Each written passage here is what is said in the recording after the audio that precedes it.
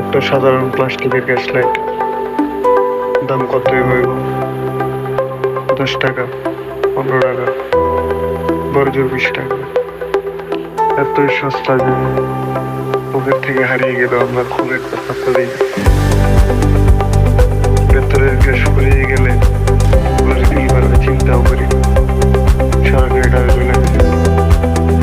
কিন্তু আপনি কি জানেন যে অবহেলায় ছবি ফেলা এই ছোট্ট প্লাস্টিকের টুকরোটি ফেরত করে তুলছে বিশাল এক মাইক্রো।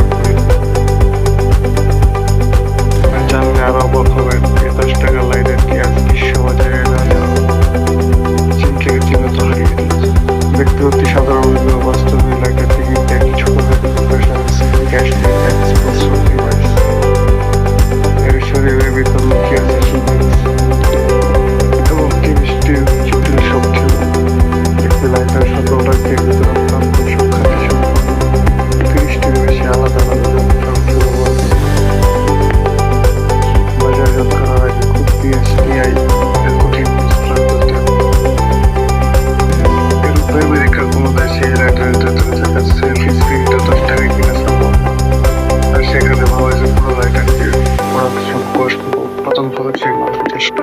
একটা সময় ছিল যখন বাংলাদেশের বাজারের 99% লাইটার আসছে চীন থেকে। 2022 সালের হিসাব অনুযায়ী প্রায় $15 মিলিয়ন বা 150 কোটি টাকার বেশি মূল্যের লাইটার চীন থেকে আমদানি করা হয়েছিল।